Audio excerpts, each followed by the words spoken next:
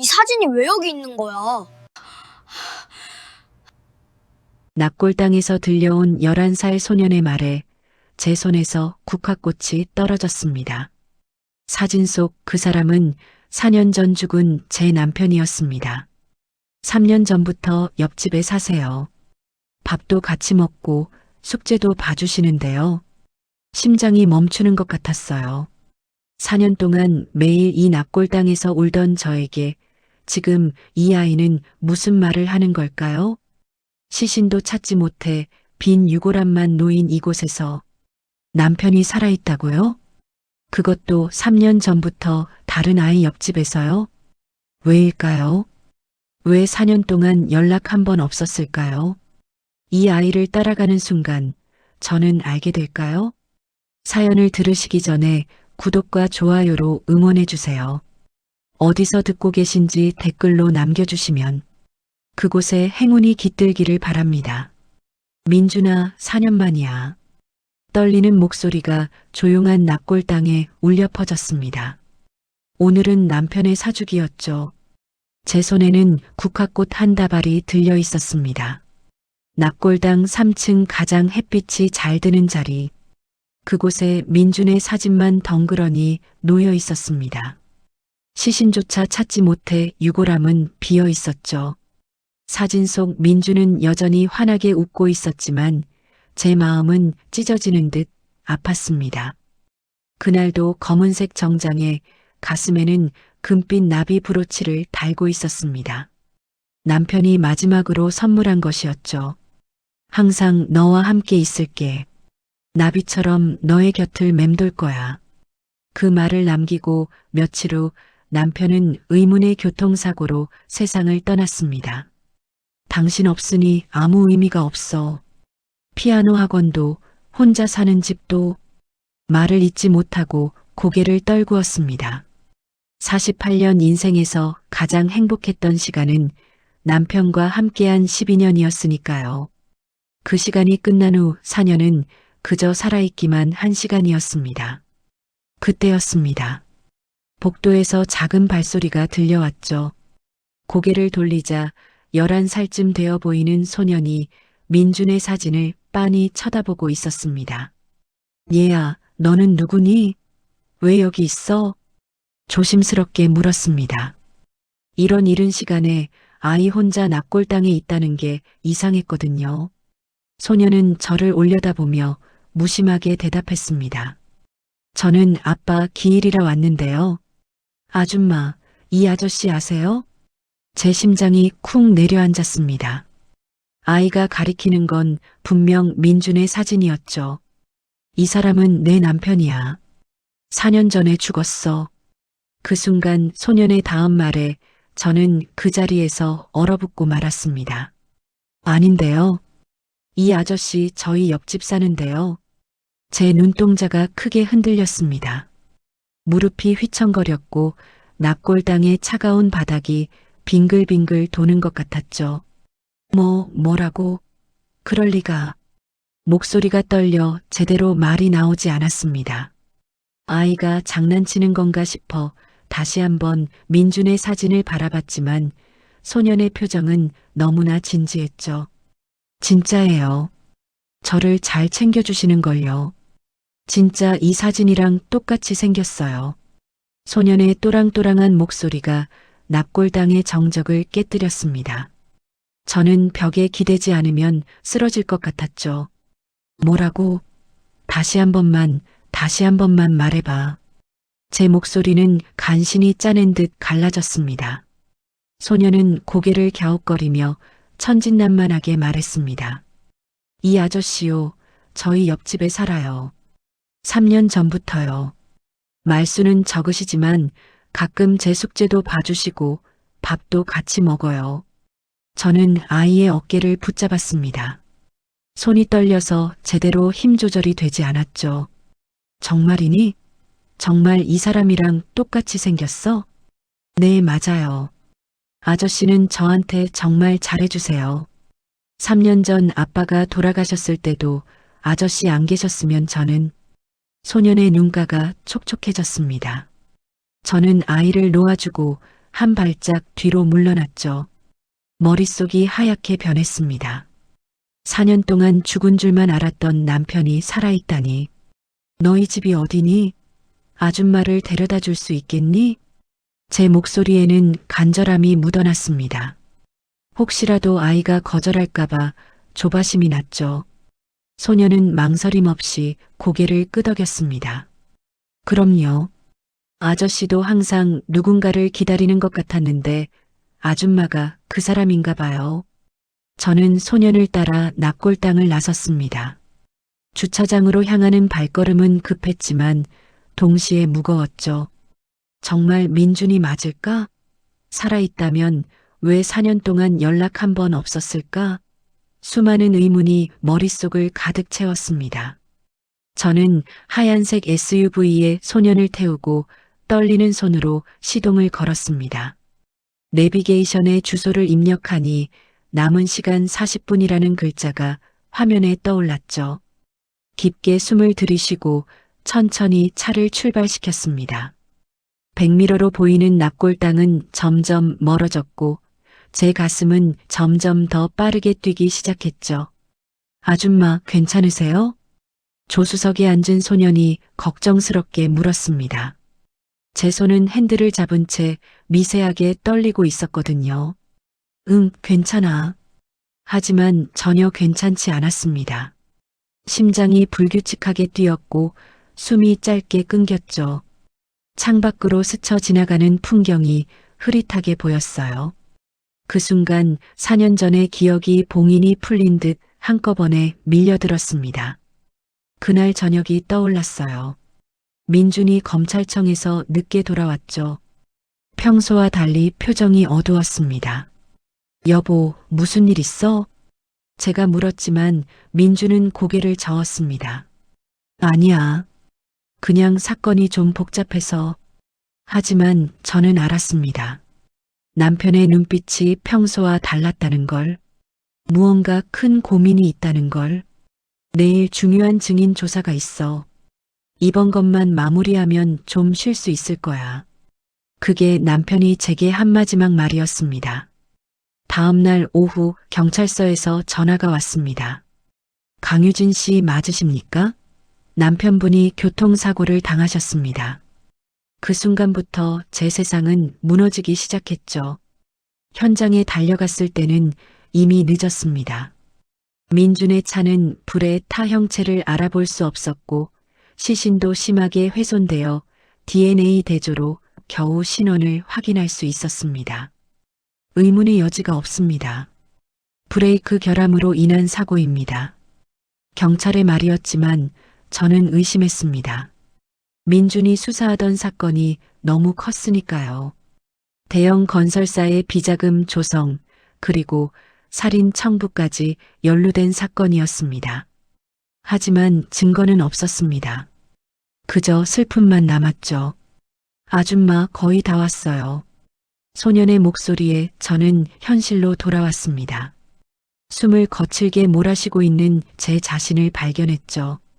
방금 본 기억들이 마치 어제 일처럼 생생했습니다.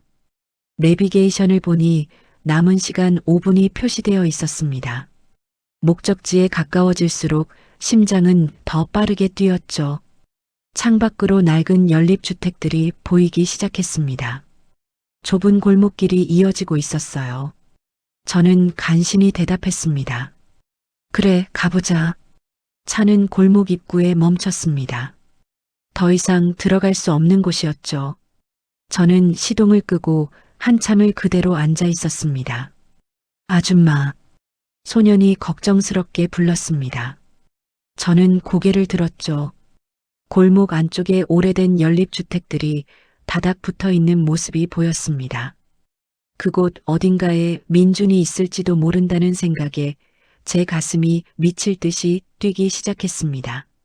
4년 만에 만날지도 모르는 남편. 과연 어떤 모습일까요? 저는 떨리는 손으로 차 문을 열었습니다. 가슴에 단 금빛 나비 브로치가 햇빛에 반짝였습니다. 운명의 시간이 다가오고 있었습니다. 저는 떨리는 다리로 좁은 골목을 올라갔습니다. 소년이 앞장서서 길을 안내했죠. 양쪽으로 빽빽이 들어선 연립주택들 사이로 오후 햇살이 비스듬히 내려앉았습니다. 저기에요. 소년이 손가락으로 2층 건물을 가리켰습니다. 낡은 회색 외벽에 녹슨 철제 계단이 달린 전형적인 구형 연립주택이었죠. 페인트가 군데군데 벗겨져 있었고 1층 화단에는 말라 죽은 화초들이 그대로 방치되어 있었습니다. 저희 집은 201호고요. 아저씨는 202호에 사세요. 계단을 올라가는 내내 가슴이 터질 것 같았습니다. 손잡이를 잡은 손에서 땀이 났고 목구멍이 바짝바짝 말라갔어요. 2층에 도착했습니다. 복도 끝에 2개의 문이 나란히 있었죠. 201호와 202호. 소년이 202호 초인종을 눌렀습니다. 땡그랑 맑은 소리가 복도에 울렸습니다. 저는 숨을 멈추고 기다렸습니다. 심장 소리가 귀에서 쿵쿵 울렸죠. 하지만 아무 대답이 없었습니다. 소년이 다시 한번 초인종을 눌렀습니다. 이번에는 문을 두드리기까지 했어요. 아저씨, 저예요, 도준이요. 여전히 조용했습니다. 이상하네. 보통 이 시간엔 집에 계시는데. 소년 도준이가 고개를 갸웃거렸습니다. 저는 문손잡이를 잡아봤습니다. 잠겨 있었죠. 문틈으로 안을 들여다보려 했지만 아무것도 보이지 않았습니다. 그가 정말 여기 살고 있는 걸까? 도준아, 아저씨가 보통 몇 시쯤 들어오시니? 글쎄요. 정해진 시간은 없는 것 같아요. 가끔은 며칠씩 안 계실 때도 있어요. 며칠씩? 도대체 무슨 일을 하시는 거지? 저는 복도를 따라 천천히 걸으며 202호 창문을 들여다봤습니다. 커튼이 쳐져 있어서 안은 잘 보이지 않았지만 간신히 거실 일부가 보였어요. 간소한 가구들, 벽에 걸린 시계 하나, 그리고 탁자 위에 놓인 커피잔. 누군가 살고 있다는 흔적은 분명했습니다. 아줌마, 옆집 할머니한테 물어볼까요? 할머니가 이 동네 오래 사셨거든요. 도준이의 제안에 저는 고개를 끄덕였습니다. 계단을 내려와 1층 101호 문을 두드렸습니다. 잠시 후 문이 열리며 70대로 보이는 할머니가 나타났습니다. 누구세요? 안녕하세요. 저는 202호에 사시는 분을 찾고 있는데요. 할머니의 눈이 가늘어지며 저를 위아래로 훑어봤습니다. 202호? 아, 그 조용한 남자분 말이구만. 네, 그분이요. 혹시 언제부터 사셨는지 아세요? 한 3년 됐나? 그전에는 빈집이었는데 어느 날 갑자기 이사 오셨지. 이삿짐도 별로 없더라고. 3년. 소년의 말이 맞았습니다. 그분이 어떤 분이신지 아세요? 할머니는 팔짱을 끼며 생각에 잠겼습니다. 말수가 거의 없어. 인사는 하는데 대화는 잘 안 하지. 출입 시간도 불규칙하고 가끔 밤늦게 들어오는 소리 들렸어. 직업은 뭐라고 하시던가요? 그건 잘 모르겠네. 물어본 적도 없고. 근데 왜 찾아? 무슨 일이라도? 저는 잠시 망설였습니다. 뭐라고 설명해야 할까요? 혹시 그분 사진 좀 보여드려도 될까요? 저는 핸드폰을 꺼내 민준의 사진을 보여줬습니다. 4년 전 사진이었죠. 할머니는 눈을 가늘게 뜨고 사진을 들여다봤습니다. 비슷하긴 한데 지금은 머리도 더 짧고 좀 수척해 보이던데. 근데 얼굴은 비슷해. 맞는 것 같네. 제 다리에서 힘이 풀렸습니다. 벽에 손을 짚고 간신히 버텼죠. 정말이야. 민준이 정말 살아있어. 아줌마 괜찮으세요? 도준이가 제 팔을 붙잡았습니다. 괜찮아. 고마워. 할머니가 걱정스러운 표정으로 물었습니다. 얼굴이 새하얗네. 안으로 들어와서 물이라도 한잔 하시겠어요? 괜찮습니다. 그런데 혹시 그분이 누구랑 같이 사시는지 아세요? 아니, 혼자 사는 것 같던데. 여자는 본 적 없고, 4년 동안 혼자. 마지막으로 언제 보셨어요? 글쎄, 며칠 전이었나? 정확히는 기억 안 나네. 더 이상 물어볼 게 없었습니다. 저는 할머니께 인사하고 다시 2층으로 올라왔습니다. 202호 문 앞에 다시 섰습니다. 문손잡이를 잡고 한참을 서 있었죠. 여보, 당신 정말 여기 사는 거야? 왜 4년 동안 나한테 연락 안 한 거야? 눈물이 핑 돌았습니다. 억울함과 그리움이 뒤섞인 감정이 북받쳐 올랐죠. 아줌마, 도준이가 조심스럽게 불렀습니다. 우리 집에서 기다리시겠어요? 아저씨 오실 때까지요. 저는 고개를 끄덕였습니다. 다른 방법이 없었으니까요. 도준이의 집 201호로 들어갔습니다.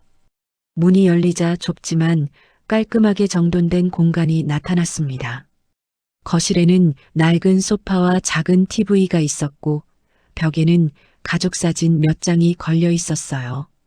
사진 속 어린 도준이가 부모님과 함께 환하게 웃고 있었습니다. 여기 앉으세요. 물 가져다 드릴게요. 도준이가 부엌으로 가는 동안 저는 소파에 앉아 방안을 둘러봤습니다. 책상 위에는 교과서와 공책이 가지런히 놓여 있었고 창가에는 작은 화분이 있었죠. 11살 아이가 혼자 사는 집이라고는 믿기지 않을 만큼 정돈되어 있었습니다. 여기요. 도준이가 물 한 잔을 건넸습니다. 고마워, 도준아. 저는 물을 한 모금 마시고 조심스럽게 물었습니다. 도준아, 너 정말 여기서 혼자 사니? 도준이는 고개를 끄덕였습니다. 네. 3년 전에 아빠가 돌아가신 후로요. 친척은 없어? 있긴 한데 다들 멀리 살아요. 저는 여기가 좋아요. 아빠 생각도 나고 가슴이 아팠습니다. 11살 아이가 혼자 살아야 한다니. 그럼 옆집 아저씨가 많이 도와주시나 봐? 도준이의 얼굴이 환해졌습니다. 네. 아저씨가 없었으면 저 혼자 못 살았을 거예요. 밥도 같이 먹고 학교 숙제도 봐주시고 아플 때는 병원도 데려가 주시고. 아저씨는 언제부터 너를 돌봐주셨어? 3년 전부터요. 아빠가 돌아가시고 나서 며칠 후에 처음 오셨어요. 그때 제가 혼자 울고 있었는데 도준이의 목소리가 잠시 떨렸습니다. 아저씨가 문 두드리고 들어오셔서 아무 말 없이 제 옆에 앉아 계셨어요. 한참 후에 괜찮아. 이제 혼자가 아니야라고 하셨어요. 눈물이 흘러내렸습니다. 그게 민준의 말투였으니까요. 아저씨에 대해 더 말해줄 수 있어? 어떤 분이신지. 도준이는 잠시 생각하더니 천천히 입을 열었습니다. 말수가 적으세요. 근데 꼭 필요한 말만 하시는 것 같아요. 그리고 눈빛이 슬퍼 보일 때가 많아요. 슬퍼? 네. 가끔 멍하니 창밖을 보고 계실 때가 있어요. 그럴 때 보면 누군가를 그리워하는 것 같아요. 제 가슴이 미어졌습니다. 그게 나였을까? 당신도 나를 그리워하고 있었던 거야? 그리고 아저씨는 밤에 자주 악몽을 꾸시는 것 같아요. 악몽? 네. 벽이 얇아서 가끔 들려요. 밤에 비명 지르시는 소리요. 안 돼. 위험해라고 소리치시는 것 같았어요. 저는 입술을 깨물었습니다. 4년 동안 남편은 무슨 일을 겪은 걸까요? 그때 창밖에서 누군가 계단을 올라오는 소리가 들렸습니다. 도준이가 벌떡 일어났습니다. 아저씨다. 제 심장이 멈추는 것 같았습니다. 떨리는 다리로 일어서서 문 쪽을 바라봤죠. 복도에서 발소리가 가까워졌습니다. 그리고 202호 앞에서 멈췄습니다. 열쇠 소리가 들렸습니다. 문이 열리는 소리. 저는 숨도 제대로 쉴 수 없었습니다. 도준이가 저를 보고 작게 속삭였습니다. 지금 나가 보실래요? 저는 고개를 끄덕였습니다. 떨리는 손으로 문손잡이를 잡았습니다. 4년 만의 재회가 문 하나를 사이에 두고 있었습니다. 그런데 그 순간 202호에서 다급한 전화 목소리가 들렸습니다. 알았어. 지금 바로 간다. 위치 보냈지? 남자의 목소리였습니다. 낮고 차분하지만 어딘가 긴장감이 배어있는, 그리고 다시 문 열리는 소리, 급한 발걸음, 계단을 뛰어 내려가는 소리. 저는 급히 문을 열고 복도로 뛰쳐나갔습니다. 잠깐만요. 하지만 계단 아래에서 들리는 건 차 시동 거는 소리뿐이었습니다. 1층으로 내려갔을 때는 이미 늦었습니다. 검은색 세단 한 대가 골목을 빠져나가고 있었죠. 번호판을 확인하려 했지만 너무 멀었습니다. 저는 그 자리에 주저앉았습니다. 이렇게 가까이 왔는데, 문 하나만 열었어도 만날 수 있었는데, 도준이가 뒤따라 내려왔습니다. 아줌마, 괜찮으세요? 괜찮을 리가 없었습니다. 4년 만에 기회를 놓쳤으니까요. 하지만 저는 고개를 들었습니다. 한 가지는 확실해졌습니다. 남편이 살아있다는 것, 그리고 여전히 무언가 위험한 일에 연루되어 있다는 것. 저는 일어서서 다시 2층으로 올라갔습니다. 202호 앞에 섰죠. 문을 만져봤습니다. 잠겨 있었습니다. 하지만 이번에는 포기하지 않을 겁니다. 반드시 당신을 찾을 거야, 민준아. 그리고 4년 동안 왜 나를 속였는지, 무슨 일이 있었는지 전부 물어볼 거야. 주머니에서 휴대폰을 꺼냈습니다. 전화번호부를 열어 한 이름을 찾았죠. 김재영 검사. 민준의 후배이자 4년 전 사건을 함께 수사했던 사람. 이제 진실을 파헤칠 시간이었습니다. 다음 날 오전 저는 서울중앙지검 앞에 서 있었습니다. 4년 만에 찾는 이곳. 민준이 검사로 일했던 곳이었죠. 현관을 지나 엘리베이터를 타고 7층으로 올라갔습니다. 복도를 걷는 내내 과거의 기억들이 스쳐 지나갔어요. 여보, 오늘 회식이라 늦을 것 같아. 괜찮아. 조심히 들어와. 그런 평범한 일상이 얼마나 소중한지 그때는 몰랐습니다. 706호 형사2부 김재현 검사실 앞에 섰습니다. 노크를 했습니다. 들어오세요. 문을 열고 들어서자 40대 중반의 남자가 책상에서 일어났습니다.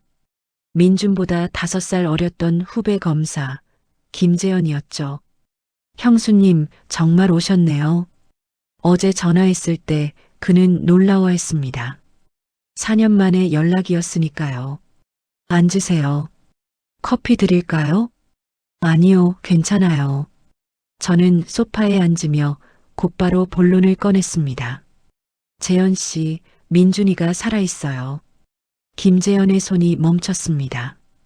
커피잔을 든 채 굳어버렸죠. 뭐라고요? 어제 낙골당에서 한 아이를 만났어요. 그 아이가 민준이를 봤다고 했어요. 3년 전부터 그 아이 옆집에 살고 있대요. 김재현은 천천히 커피잔을 내려놓았습니다. 얼굴이 창백해졌어요. 형수님, 그건 아이가 거짓말하는 것 같지 않았어요. 이웃도 확인해줬고요. 사진도 보여줬는데 맞다고 했어요. 김재현은 한참을 말없이 저를 바라보다가 깊은 한숨을 내쉬었습니다. 형수님, 앉아 계세요. 제가 말씀드릴 게 있습니다. 그의 표정이 심각했습니다. 4년 전 형이 수사하던 사건 기억하시죠? 대형 건설사 비자금 사건요? 네. 대한건설 회장 정기석. 그 사람은 단순한 비자금만 조성한 게 아니었어요. 경쟁사 임원을 살해했습니다. 청부살인이었죠. 저는 숨을 죽이고 들었습니다. 형은 핵심 증인을 확보했어요. 정기석의 비서실장이었던 이도훈. 그 사람이 모든 걸 자백하기로 했죠. 증인보호 프로그램에 들어가는 조건으로요.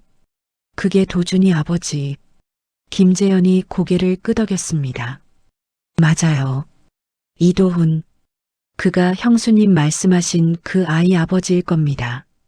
모든 퍼즐이 맞춰지기 시작했습니다. 증언 날짜가 잡혔어요. 바로 그날 형이 사고를 당했습니다. 김재현의 목소리가 떨렸습니다. 우연이라고 보기엔 너무 정확한 타이밍이었어요. 하지만 증거가 없었습니다. 브레이크 결함으로 결론 났죠. 그럼 민준이가 형이 죽고 3년 후 이도훈도 의문사했어요. 자택에서 강도를 만나 살해당했다고 발표됐지만 정기석의 짓이군요. 증거는 없었습니다. 그리고 사건은 미제로 남았죠.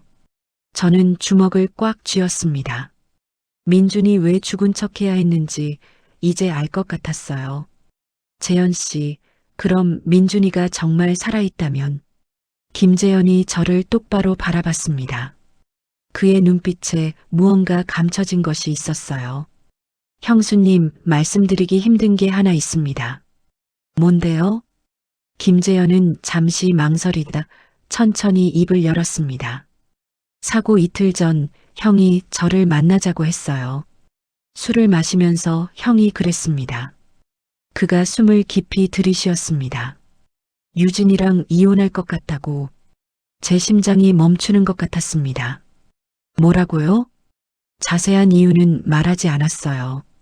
그저 유진이를 지키려면 내가 사라져야 할 것 같다고만 했습니다. 저는 소파에서 일어났습니다. 다리가 후들거렸지만 참았어요.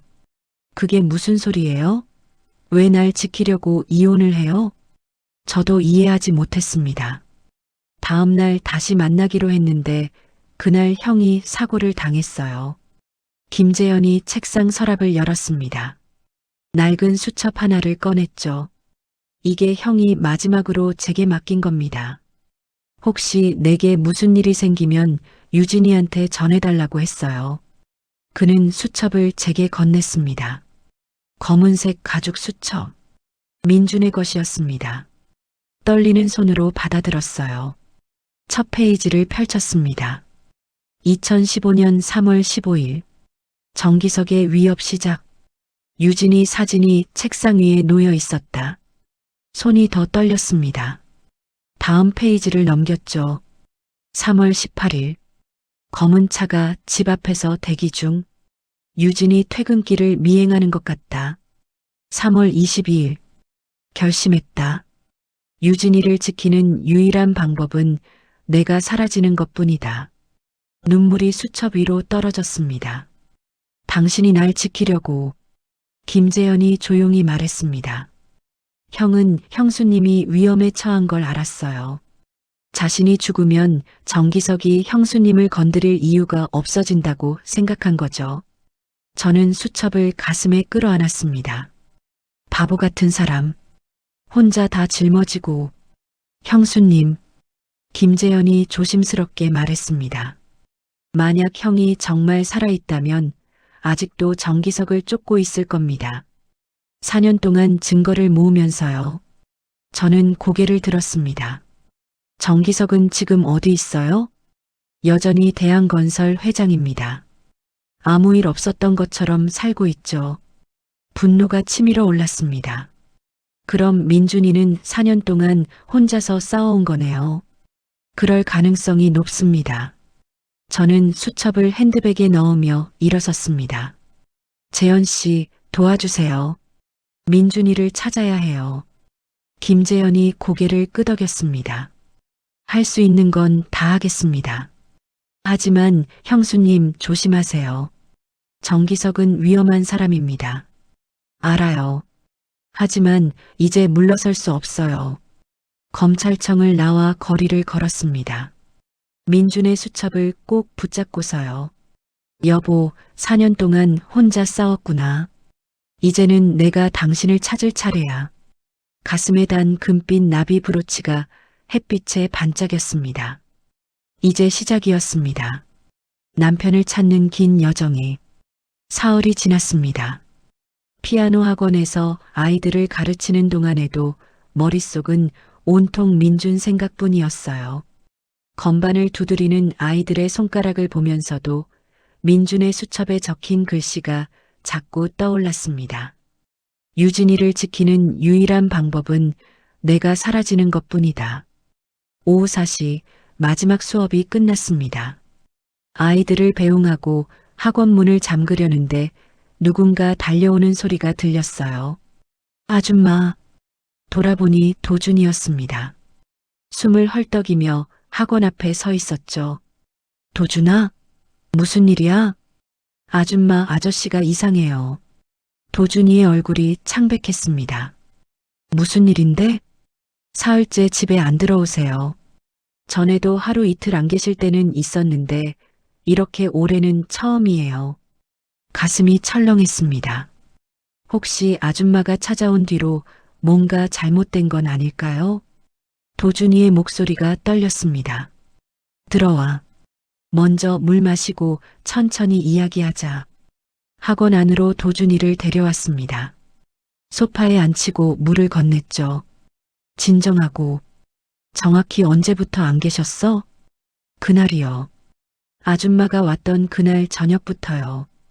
그날 밤늦게 문 열리는 소리 들었는데 아침에 나가보니 또 안 계셨어요. 연락은? 아저씨는 제 전화번호 모르세요. 항상 직접 찾아오셨거든요. 저는 민준의 수첩을 꺼냈습니다. 마지막 페이지를 펼쳤어요. 비상시 연락처 마이너스 없음. 전화번호 하나 남기지 않았습니다. 철저하게 흔적을 지운 거였죠. 도준아, 혹시 아저씨 방에 뭔가 단서 있을 것 같지 않아? 도준이가 고개를 끄덕였습니다. 있을 것 같아요. 근데 문이 잠겨 있어서 관리사무소에 얘기하면 안 될까? 그럼 문제될 것 같아요. 아저씨가 싫어하실 것 같고. 저는 잠시 생각했습니다. 그리고 결심했죠. 도준아, 혹시 창문은? 창문이요? 아, 베란다 창문. 가끔 열려 있을 때 있었어요. 우리는 다시 연립주택으로 향했습니다. 202호 앞에 섰을 때는 이미 해가 기울고 있었어요. 도준아, 내 집 베란다에서 옆집으로 건너갈 수 있어? 위험하지 않을까요? 내가 할게. 너는 밖에서 지켜봐. 도준이의 집으로 들어갔습니다. 베란다로 나가니 옆집 베란다가 불과 1m 거리였어요. 손잡이를 잡고 조심스럽게 몸을 옮겼습니다. 다행히 창문이 조금 열려 있었죠. 안으로 들어갔습니다. 어둑한 집안. 커튼이 쳐져 있어 어두웠어요. 거실을 둘러봤습니다. 간소한 소파 하나, 작은 식탁, 오래된 TV. 민준이 4년 동안 살았던 우리 집과는 너무 달랐습니다. 벽에 걸린 시계가 똑딱거렸습니다. 책상 위에는 노트북 하나와 서류 몇 장이 놓여 있었어요. 서류를 집어들었습니다. 대한건설 임원 명단, 정기석 회장 동선 기록, 2023년 10월 15일 마이너스 강남 본사 출근 오전 8시 30분. 민준이 정말 4년 동안 정기석을 추적하고 있었습니다. 노트북을 열었습니다. 비밀번호가 걸려 있었죠. 몇 번 시도했지만 풀리지 않았습니다. 그때 책상 서랍을 열어봤어요. USB 하나가 들어 있었습니다. 백업이라고 적혀 있었죠. 주머니에 넣었습니다. 침실로 들어갔습니다.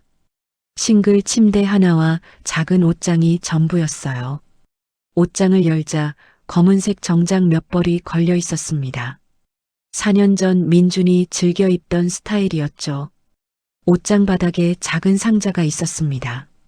열어보니 사진 몇 장이 들어 있었어요. 첫 번째 사진, 제 사진이었습니다. 피아노 학원 앞에서 찍은 것 같았어요.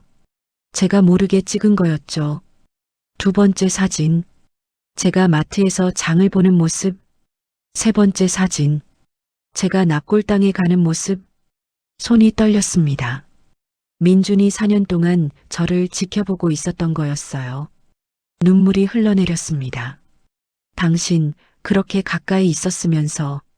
상자 맨 밑에 편지 한 장이 있었습니다. 접힌 종이를 펼쳤죠.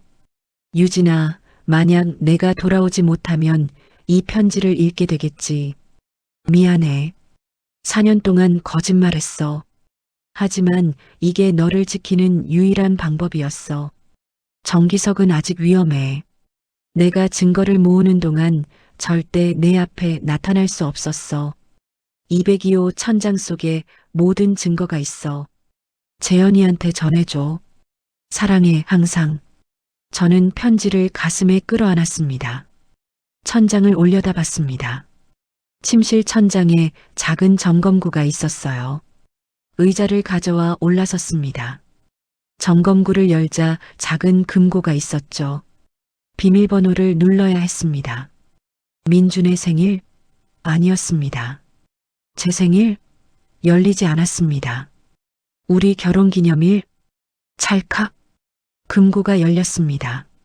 안에는 두꺼운 파일이 들어 있었습니다.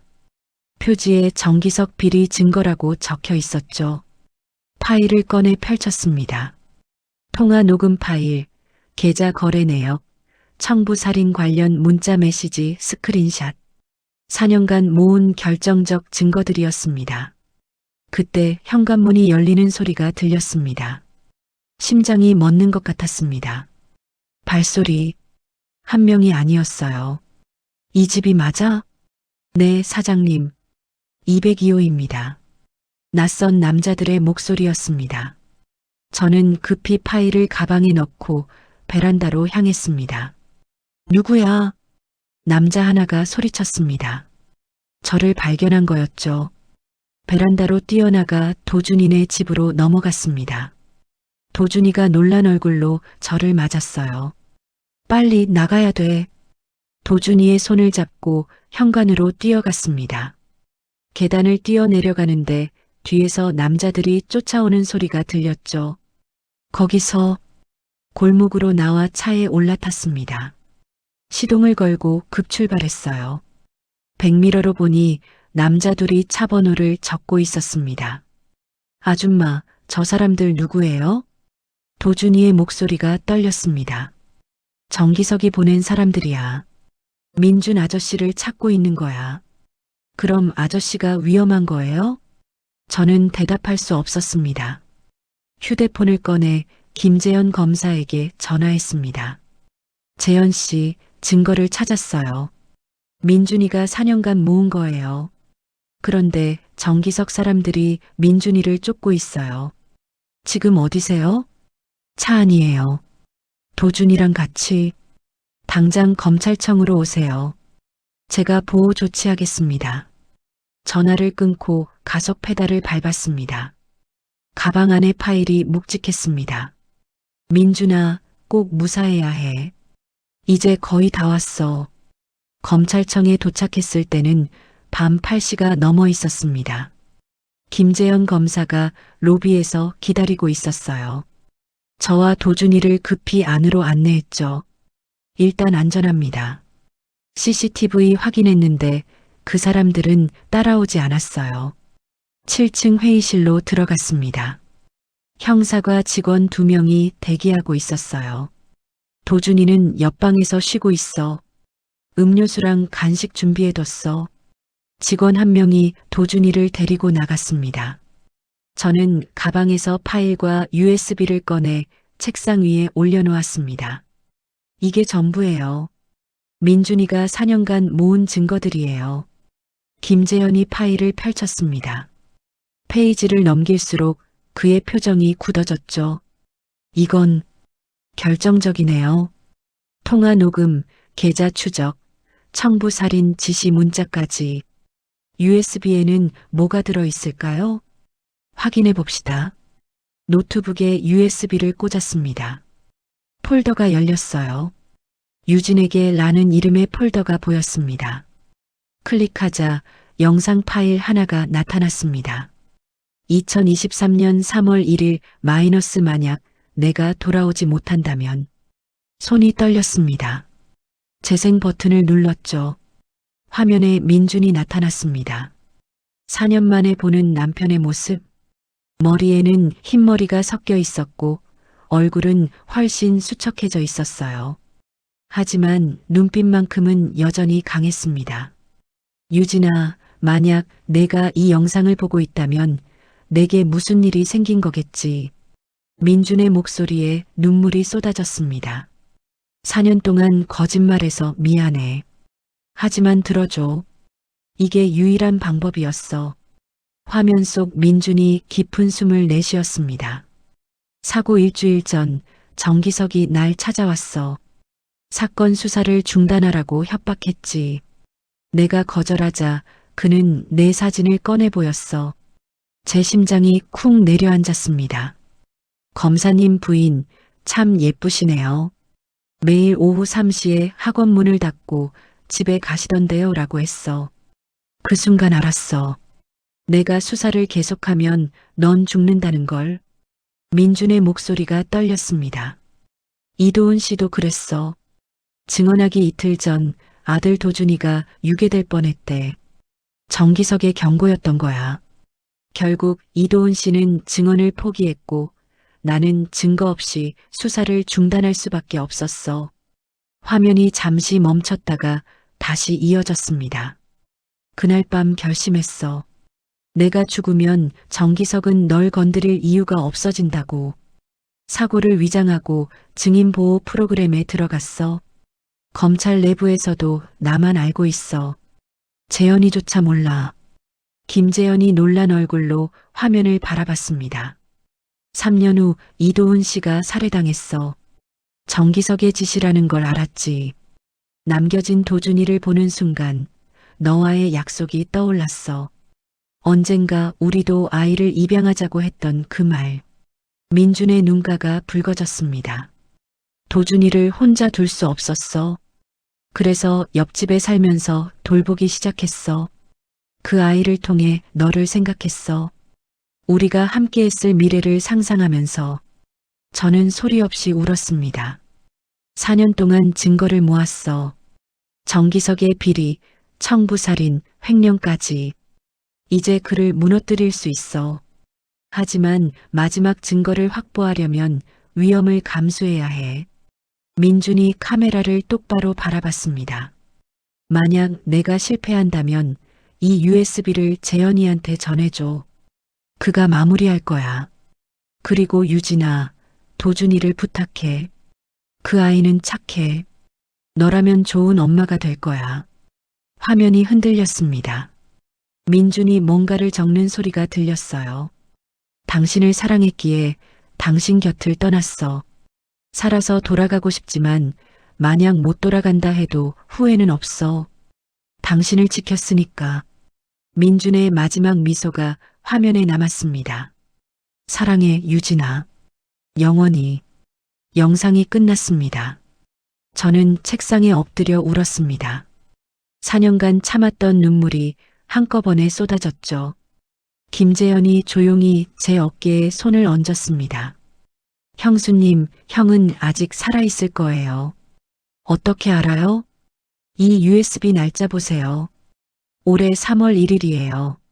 8개월 전까지 형은 살아있었다는 증거입니다. 저는 고개를 들었습니다. 그럼 지금은? 모릅니다. 하지만 찾아야죠. 김재현이 다른 폴더를 열었습니다. 정기석 최종 증거 마이너스 2023년 11월 12일 거래 예정. 이게 뭐예요? 형이 마지막으로 노린 증거인 것 같아요. 11월 12일, 그게 바로 모레입니다. 제 심장이 다시 뛰기 시작했습니다. 그럼 민준이가 모레 움직인다는 거예요? 가능성이 높습니다. 여기 위치 좌표도 있네요. 화면에 주소가 떠올랐습니다. 인천항 삼부두 17번 창고. 여기가 어딘데요? 컨테이너 보관 창고입니다. 정기석이 불법 거래에 쓰는 곳이에요. 김재현이 급히 전화를 걸었습니다. 형사과장님, 긴급 상황입니다. 증인보호 대상자가 위험에 처했습니다. 저는 USB를 빼서 꼭 쥐었습니다. 민준아, 모레까지 버텨야 해. 내가 꼭 찾을게. 도준이가 문을 열고 들어왔습니다. 아줌마, 괜찮으세요? 저는 도준이를 꼭 끌어안았습니다. 괜찮아. 우리 다 괜찮을 거야. 하지만 알고 있었습니다. 48시간 후면 모든 게 결판 날 거라는 걸. 민준이 돌아올지 영영 잃게 될지. 창밖으로 서울의 야경이 보였습니다. 어딘가에서 민준도 같은 하늘을 보고 있을까요? 조금만 기다려, 여보. 내가 간다. 다음 날 오전 김재현 검사는 도준이를 안전가옥으로 보냈습니다. 형수님도 같이 가시는 게 좋겠어요. 정기석 쪽에서 형수님을 노릴 수 있습니다. 싫어요. 나는 민준이를 직접 만나야 해요. 너무 위험합니다. 4년을 기다렸어요. 이틀 더 숨어 있을 순 없어요. 김재현은 한숨을 내쉬었습니다. 그럼 최소한 보호 요원을 붙이겠습니다. 됐어요. 혼자 움직이는 게 더 안전할 거예요. 거짓말이었습니다. 하지만 민준을 만나는 순간 다른 사람이 있으면 안 될 것 같았어요. 검찰청을 나와 피아노 학원으로 향했습니다. 오늘은 수업을 쉬기로 했죠. 학부모들에게 문자를 돌렸습니다. 학원 안으로 들어가 문을 잠갔습니다. 사무실에 앉아 민준의 수첩을 다시 펼쳤어요. 마지막 페이지에 적힌 글씨. 11월 12일 오후 9시. 마지막 거래. 반드시 성공해야 한다. 내일 밤. 이제 24시간도 남지 않았습니다. 휴대폰이 울렸습니다. 모르는 번호였어요. 여보세요? 강유진 씨 맞습니까? 낯선 남자의 목소리였습니다. 누구세요? 남편분 찾고 계시다면서요? 심장이 쿵 내려앉았습니다. 당신 누구야? 어제 202호에서 만났잖아요. 기억 안 나세요? 정기석이 보낸 사람이었습니다. 무슨 일이야? 남편분 만나고 싶으시죠? 제가 주선해 드릴까요? 무슨 소리야? 오늘 밤 10시. 한강 반포대교 남단 주차장으로 오세요. 혼자요. 거절하면? 그럼 남편분은 내일 밤 인천항에서 시체로 발견될 겁니다. 전화가 끊겼습니다. 손이 떨렸습니다. 함정인 걸 알았어요. 하지만 선택의 여지가 없었습니다. 김재현에게 전화를 걸려다 멈췄습니다. 경찰이 개입하면 민준이 위험해질 수 있어요. 혼자 가야 했습니다. 가방에서 민준의 수첩과 USB를 꺼냈습니다. 책상 서랍 깊숙이 넣고 쪽지를 남겼어요. 재현 씨, 만약 내일 나까지 연락 없으면 이걸 찾아주세요. 마이너스 유진. 오후 9시 30분. 학원을 나와 차에 올랐습니다. 반포대교를 향해 달렸죠. 강변북로는 한산했습니다. 야간 조명이 한강을 비추고 있었어요. 반포대교 남단 주차장에 도착했을 때는 정확히 10시였습니다. 주차장은 비어 있었습니다. 가로등 불빛만이 어둠을 겨우 밝히고 있었죠. 차에서 내렸습니다. 바람이 차갑게 불어왔어요. 강물 소리가 들렸습니다. 강유진 씨. 뒤에서 목소리가 들렸습니다. 돌아보니 정장을 입은 남자 셋이 서 있었어요. 어제 202호에서 봤던 사람들이었습니다. 날 뭐하러 부른 거야? 사장님이 만나고 싶어 하십니다. 정기석? 차에 타시죠. 검은색 대형 세단이 다가왔습니다. 뒷좌석 창문이 내려가며 60대 남자가 보였어요. 정기석이었습니다. 오랜만이네요, 강유진 씨. 처음 보는 얼굴이었지만 목소리는 알았습니다. 4년 전 민준이 전화 통화하던 그 목소리. 내 남편 어디 있어? 급하시네요. 일단 타시죠. 여기선 대화하기 불편합니다. 선택의 여지가 없었습니다. 차에 탔죠. 남자 하나가 양쪽에 앉았습니다. 완전히 에워싸인 거였어요. 차가 출발했습니다. 남편분 건강하게 잘 지내고 계십니다. 걱정 마세요. 어디로 데려가는 거야? 곧 알게 되실 겁니다. 정기석이 미소를 지었습니다. 차가운 미소였어요. 4년 전 남편분이 참 고집 센 분이라고 생각했어요. 협박에도 굴하지 않고 끝까지 수사를 계속하려 했죠. 당신이 남편을 사고로 위장했죠. 완벽했어요. 아무도 의심하지 않았고요. 근데 이게 웬일입니까? 그 사람이 살아있더군요. 정기석의 눈빛이 차갑게 변했습니다.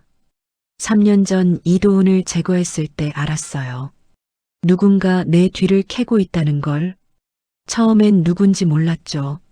하지만 최근 202호 집을 찾아내면서 확인했습니다. 차는 인천 방향으로 달리고 있었습니다. 오늘 밤 남편분과 상봉하실 겁니다. 인천항에서요. 그러려고 날 납치한 거야? 납치라니요. 초대한 겁니다. 남편분이 당신을 위해 얌전히 나타날 테니까요. 제 가슴이 철렁 내려앉았습니다. 저를 미끼로 민준을 잡으려는 거였습니다. 민준이는 안 올 거야. 올 겁니다. 4년 동안 당신을 지키려고 살아온 사람이잖아요. 차는 고속도로에 진입했습니다. 서울이 점점 멀어졌어요. 휴대폰을 꺼내려 했지만 옆 남자가 제 손목을 잡았습니다. 필요 없습니다. 휴대폰을 빼앗겼습니다. 완전히 고립됐습니다. 1시간 후 차는 인천항에 도착했습니다. 컨테이너들이 빽빽이 쌓인 부두. 17번 창고 앞에 차가 섰어요. 내리시죠. 창고 안으로 끌려 들어갔습니다. 넓은 공간에는 컨테이너 몇 개와 나무 상자들이 놓여 있었어요. 가운데 의자 하나가 덩그러니 있었습니다. 앉으세요. 의자에 앉자 남자가 제 손을 묶었습니다. 이럴 필요 없잖아. 안전장치입니다. 남편분이 무모한 짓 하지 않도록요. 정기석이 담배에 불을 붙였습니다. 곧 오실 겁니다. 9시로 약속했거든요.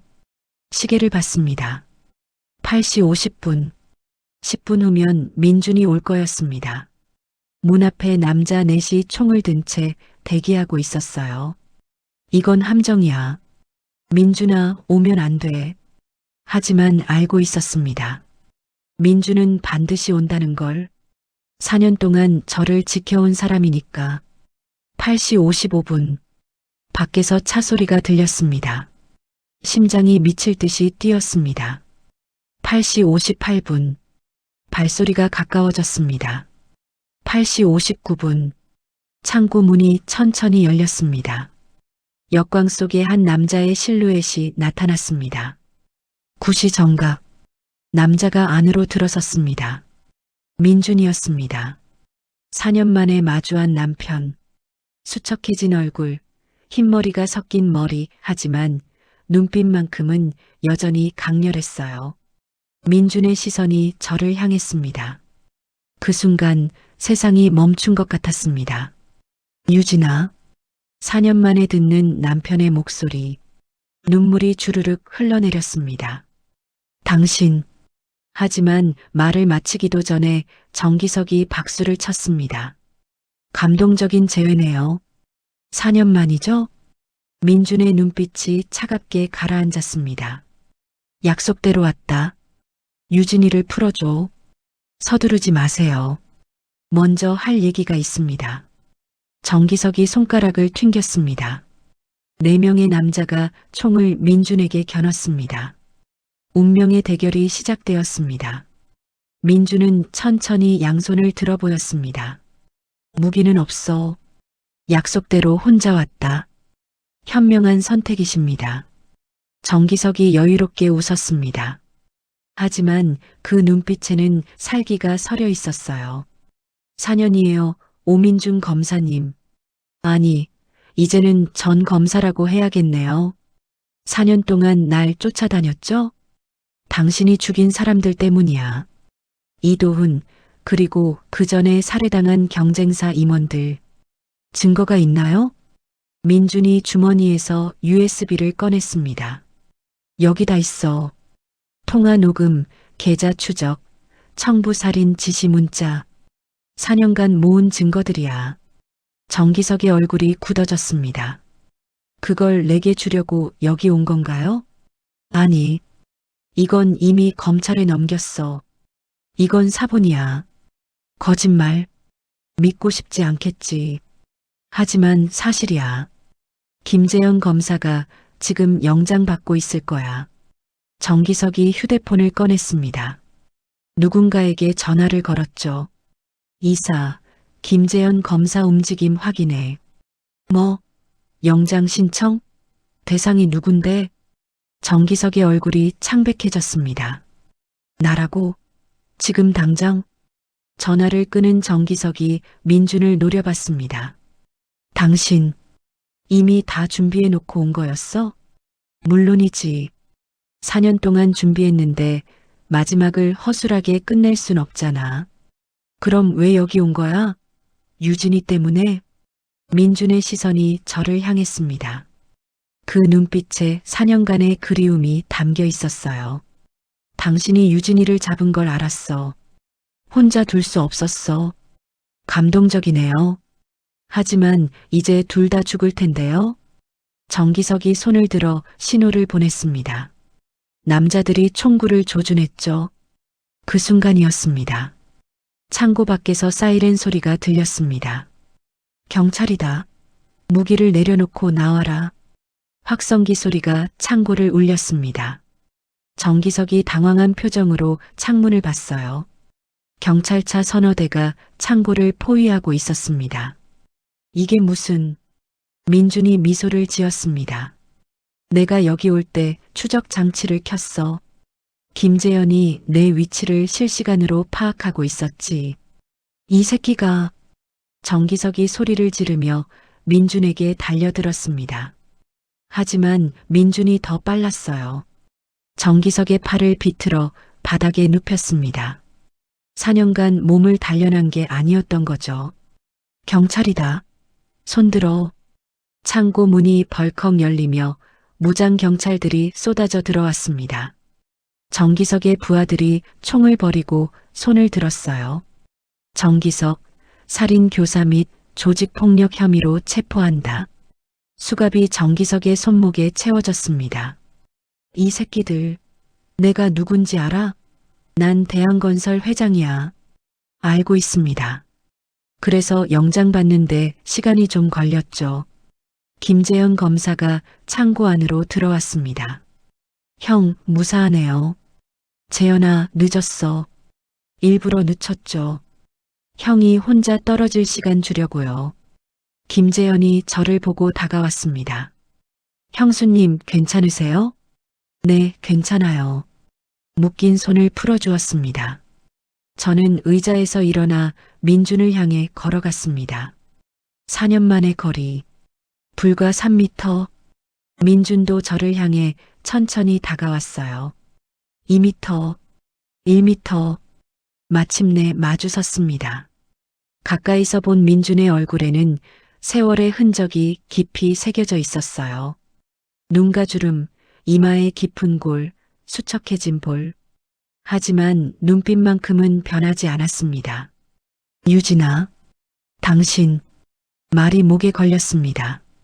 무슨 말부터 해야 할지 몰랐어요. 4년 동안 하고 싶었던 말이 너무 많았는데 막상 만나니 아무 말도 나오지 않았습니다. 민준이 떨리는 손을 들어 제 뺨을 살짝 만졌습니다. 미안해. 정말 미안해. 그 말에 참았던 눈물이 터져 나왔습니다. 바보 같은 사람. 왜 혼자 다 짊어지고. 너를 지키는 게 내 일이잖아. 4년이에요. 4년 동안 혼자 얼마나 외로웠는지 알아요? 나도 외로웠어. 매일 밤 너 생각에 잠을 못 잤어. 민준의 목소리가 떨렸습니다. 학원 앞을 지나칠 때마다 너를 보고 싶어서 미칠 것 같았어. 하지만 참아야 했어. 정기석이 무너질 때까지. 저는 민준의 가슴에 주먹을 쥐고 내리쳤습니다. 왜요? 왜 나한테 말 안 했어요? 말하면 넌 혼자 있지 못했을 거야. 위험을 무릅쓰고라도 날 찾으려 했겠지. 당연하죠. 4년 전에도 그랬을 거예요. 그래서 말 안 한 거야. 내가 위험해질까 봐. 저는 더 이상 참을 수 없었습니다. 민준의 품에 안겼어요. 민준도 저를 꽉 끌어안았습니다. 4년 만에 포옹, 민준의 심장 소리가 들렸습니다. 빠르게 뛰고 있었어요. 보고 싶었어, 유진아. 나도요. 너무 보고 싶었어요. 한참을 그렇게 안고 있었습니다. 김재현이 조심스럽게 다가왔어요. 형, 일단 병원부터 가시죠. 형수님도 검사 받으셔야 하고. 민준이 저를 놓아주며 고개를 끄덕였습니다. 그래야겠다. 창고 밖으로 나왔습니다. 경찰차 불빛이 밤을 밝히고 있었어요. 정기석이 경찰차에 실려가고 있었습니다. 저를 보더니 비웃었죠. 4년을 기다렸는데 고작 이거예요? 남편이 살아 돌아온 게 뭐가 대단해요? 저는 정기석을 똑바로 바라봤습니다. 당신은 모를 거예요. 사랑하는 사람을 위해 희생한다는 게 뭔지, 4년을 혼자 싸워온 사람의 고통이 뭔지. 감상적이네요. 당신은 평생 감옥에서 그 의미를 생각해 보세요. 경찰차 문이 닫혔습니다. 사이렌을 울리며 창고를 떠나갔어요. 민준이 제 어깨에 손을 얹었습니다. 집에 가자. 우리 집으로. 우리 집이요? 응. 4년 전에 함께 살던 그 집. 아직 그대로 있어. 매달 관리비 내면서 지켰어. 가슴이 뜨거워졌습니다. 왜요? 언젠가 돌아갈 거라고 믿었으니까. 너와 함께. 구급차가 도착했습니다. 간단한 검사를 받고 괜찮다는 소견을 들었죠. 민준과 함께 김재현의 차에 올랐습니다. 뒷좌석에 나란히 앉았어요. 민준이 제 손을 잡았습니다. 유진아. 네. 도준이 알지? 그 아이 우리가 키우자. 저는 고개를 끄덕였습니다. 그러려고요. 이미 마음속으로 우리 아들로 정했어요. 민준이 미소 지었습니다. 4년 만에 보는 남편의 진짜 미소였어요. 고마워. 뭐가요? 4년을 기다려줘서, 나를 믿어줘서. 저는 민준의 어깨에 머리를 기댔습니다. 앞으로 4년, 40년을 더 같이 살 건데 뭘 그런 걸 가지고. 차는 서울을 향해 달렸습니다. 인천항의 불빛이 점점 멀어졌어요. 4년간의 악몽이 끝나고 새로운 시작이 기다리고 있었습니다. 가슴에 단 금빛 나비 브로치가 차 안의 불빛에 반짝였습니다. 민준이 브로치를 보고 눈시울을 붉혔어요. 아직도 그걸 달고 있었구나. 매일 달았어요. 당신이 돌아올 거라고 믿으면서. 바보 같은 사람. 당신도요. 우리는 손을 맞잡고 웃었습니다. 4년 만의 웃음이었습니다. 1년 후, 봄이었습니다. 피아노 학원 창문으로 벚꽃잎이 날아들어왔어요.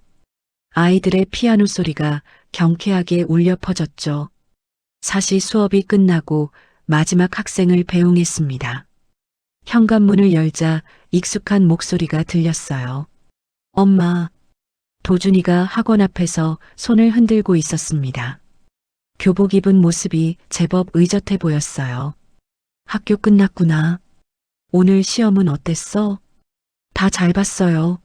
수학 100점 맞았을 것 같아요. 우리 아들 정말 대단하네. 도준이의 손을 잡고 학원 안으로 들어왔습니다.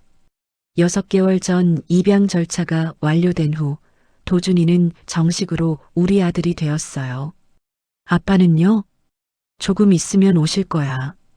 오늘 마지막 재판 있다고 하셨어. 정기석 아저씨요? 응. 오늘 선고받는 날이야. 도준이가 조용히 고개를 끄덕였습니다. 30분쯤 지나 민준이 학원 문을 열고 들어왔습니다. 예전처럼 단정한 정장 차림이었지만 표정은 한결 부드러워져 있었어요. 다녀왔습니다. 어떻게 됐어요? 무기징역. 가석방 없이. 민준이 넥타이를 풀며 소파에 앉았습니다. 끝났어. 이제 정말 끝났어. 저는 민준의 옆에 앉아 손을 잡았습니다. 고생했어요. 우리가 고생했지. 도준이가 민준에게 다가가 안겼습니다. 아빠, 수고하셨어요. 민준이 도준이의 머리를 쓰다듬으며 미소 지었습니다. 고맙다, 아들. 세 사람이 함께 소파에 앉아 있었습니다. 이게 가족이구나. 가슴이 따뜻해졌어요. 참, 오늘 할머니, 할아버지 오신대. 아, 맞다. 저녁 준비해야겠네. 시부모님은 1년 전 진실을 알고 눈물을 흘리셨습니다. 며느리가 4년간 혼자 버텨온 것도, 아들이 홀로 싸워온 것도, 모든 게 가슴 아프셨지만 결국 가족이 다시 모였다는 것에 감사하셨죠. 저녁 7시 시부모님이 도착하셨습니다. 도준아, 할아버지 왔다. 할아버지, 할머니. 도준이가 달려가 안겼습니다. 시어머니가 도준이를 꼭 껴안으며 웃으셨어요. 우리 손자 학교는 재미있니? 네. 친구들도 많이 생겼어요. 식탁에 둘러앉았습니다. 시어머니가 준비해 오신 음식들이 푸짐하게 차려졌어요. 어머니, 이렇게 많이 준비하시면 어떡해요? 우리 가족 다 같이 먹으려면 이 정도는 있어야지. 가족. 그 단어가 이렇게 따뜻할 줄 몰랐습니다. 식사 중에 시아버지가 민준을 보며 물으셨습니다. 민준아, 요즘 일은 어떠니? 괜찮습니다, 아버지. 법률 자문일이 적성에 맞는 것 같아요. 민준은 검사로 돌아가지 않기로 했습니다. 대신 인권 변호사로 새 출발을 했죠. 약자를 돕는 일, 그게 민준이 진짜 하고 싶었던 일이었습니다. 그래, 내가 하고 싶은 일하는 게 최고지. 식사 후 시부모님이 도준이와 함께 거실에서 TV를 보고 계셨습니다. 저와 민준은 주방에서 설거지를 했어요. 유진아, 응? 내일 시간 있어? 주말인데 당연히 있죠. 왜요? 납골당 가자. 내 위패 치우러. 저는 민준을 돌아봤습니다. 벌써 1년이 지났네요. 응. 이제 정리할 때가 된 것 같아. 다음 날 오전 세 가족은 납골당으로 향했습니다. 도준이는 부모님 납골당에 들러 인사를 했어요. 저와 민준은 조금 떨어져서 기다렸죠. 아빠, 엄마. 저 이제 정말 행복해요. 새 엄마, 새 아빠 만났어요. 걱정 마세요. 도준이의 작은 목소리가 들렸습니다. 그리고 우리는 3층으로 올라갔습니다. 민준의 빈 위패가 있는 곳. 1년 만이네. 민준이 자신의 사진을 보며 씁쓸하게 웃었습니다. 이상한 기분이야. 살아있는데 내 영정 사진을 보다니. 저는 위패함을 열고 안에 있던 물건들을 꺼냈습니다. 민준의 사진, 제가 써둔 편지들, 그리고 말라버린 꽃들. 이제 다 치울까요? 응. 새로 시작하자. 민준이 사진을 들고 한참을 바라봤습니다. 4년 동안 여기 있었구나. 매년 왔어요. 당신이 보고 싶을 때마다. 알아. 나도 가끔 멀리서 지켜봤어. 내가 혼자 우는 모습 보면서 얼마나 가슴 아팠는지. 민준의 눈시울이 붉어졌습니다. 이제 안 울어도 되죠? 응. 이제는 우리 함께니까. 위패함을 정리하고 납골당 사무실에 반납 신고를 했습니다. 고인이 살아 돌아오셨다니 처음 있는 일이네요. 직원이 신기한 표정으로 말했습니다. 기적이죠. 저는 민준의 손을 꼭 잡았습니다. 납골당을 나와 주차장으로 걸어가는데 민준이 멈춰 섰습니다. 유진아. 왜요? 고마워. 뭐가요? 4년을 기다려줘서, 나를 믿어줘서, 그리고 도준이를 받아줘서 저는 민준의 품에 안겼습니다. 나야말로 고마워요. 날 지켜줘서, 돌아와줘서. 도준이가 우리를 보며 활짝 웃었습니다. 엄마, 아빠 사진 찍어요. 그래, 찍자. 세 사람이 납골당 앞 벚꽃나무 아래 섰습니다. 도준이가 셀카봉을 들고 카메라를 맞췄어요. 하나, 둘, 셋. 찰칵. 사진 속 우리는 웃고 있었습니다. 진짜 행복한 미소였어요. 차에 오르며 민준이 말했습니다. 점심 뭐 먹을까? 도준이가 좋아하는 거 먹자. 오늘은 우리 아들이 주인공이니까. 저요? 그럼 돈가스? 좋아, 돈가스 먹으러 가자. 차는 서울 시내를 향해 달렸습니다. 백미러로 보이는 납골 땅이 점점 멀어졌어요. 4년간의 슬픔을 뒤로하고 우리는 새로운 미래를 향해 가고 있었습니다. 저는 가슴에 단 금빛 나비 브로치를 만졌습니다. 항상 너와 함께 있을게. 민준의 약속은 지켜졌습니다. 힘든 방식이었지만 결국 우리는 다시 만났으니까요. 도준이가 뒷좌석에서 노래를 흥얼거렸습니다. 민준은 운전하며 가끔 백미러로 아들을 보며 웃었어요. 저는 창밖 풍경을 보며 생각했습니다. 행복은 멀리 있지 않았어요. 바로 여기, 이 순간, 사랑하는 사람들과 함께 있는 이 순간이 행복이었습니다. 4년간의 이별은 아팠지만 그 시간이 있었기에 지금의 소중함을 더 깊이 느낄 수 있었어요. 잃어버린 시간은 돌아오지 않지만 앞으로 함께할 시간은 무한했습니다. 그리고 우리는 그 시간을 한순간도 헛되이 보내지 않을 겁니다. 3사람, 아니 5사람의 가족, 할머니, 할아버지까지 우리의 이야기는 이제 시작입니다. 여기는 듣고 싶은 이야기였습니다. 사연의 주인공을 위한 따뜻한 말씀, 댓글로 남겨주세요. 여러분의 오늘을 늘 응원합니다.